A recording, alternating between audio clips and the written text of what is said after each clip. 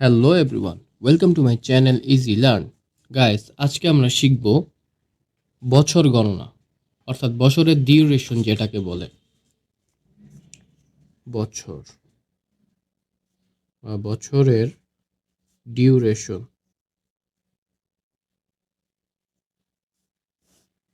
বছরের ডিউরেশন বলতে গত বছর বা গত বছর আগের বছর, এই বছর, এইটাকে আমি মিন করছি মূলত। তাহলে শুরু করা যাক। এটা একটু ব্যতিক্রম। বছরের জাপানি হচ্ছে তোশি বা নেং। তোশি বা ন্যাং হচ্ছে বছরের জাপানি।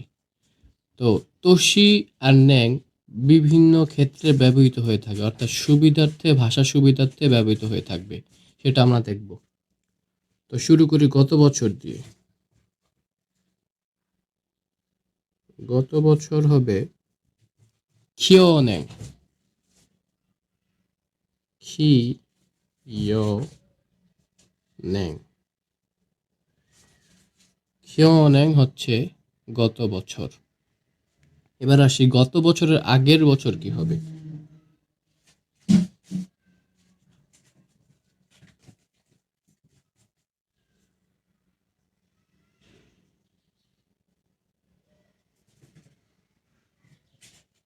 গত বছরের আগের বছর হবে ওতোতোশি।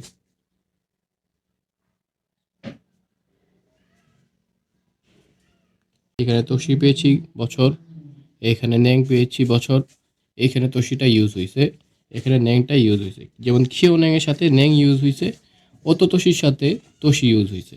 বোঝা গেছে ব্যাপারটা? এইভাবে তোশি বা ন্যাং ব্যবহৃত হয়ে থাকে। এখন আসি এই বছর।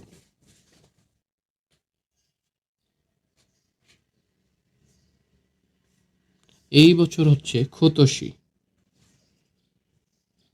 আবারও এইখানে খোতোশির সাথে কিন্তু তোশিটা ইউজ হয়েছে, ন্যাংটা কিন্তু ইউজ হয় নাই। এই বছর হচ্ছে খোতোশি। এগুলো আপনাদের মুখস্থ রাখতে হবে। তারপর আসি পরের বছর বা আগামী বছর। পরের বা আগামী বছর, সেটা হচ্ছে রাইন্যাং।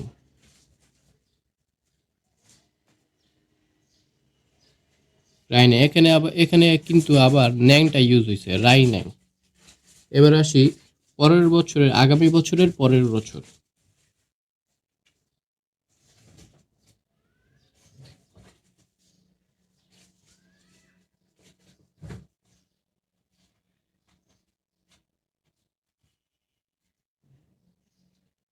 সেটা হবে সারাইন্যাং।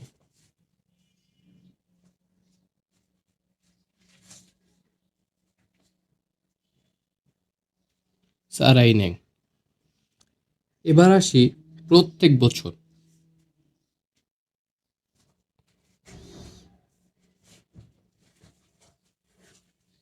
প্রত্যেক হচ্ছে মাই, আর বছর হচ্ছে ন্যাং বা তোশি। তাহলে দুইভাবে লেখা যায়, মাই তোশি, আবার বলা যায় মাই ন্যাং। তাহলে মাই তোশি বা মাই ন্যাং, মাই তোশি বা মাই ন্যাং। তাহলে আমরা আবারও রিপিট করি। বছর হচ্ছে তোশি বা ন্যাং। গত বছর খিও ন্যাং। গত বছরের আগের বছর ওতোতোশি। এই বছর খোতোশি। আগামী বছর রাই ন্যাং।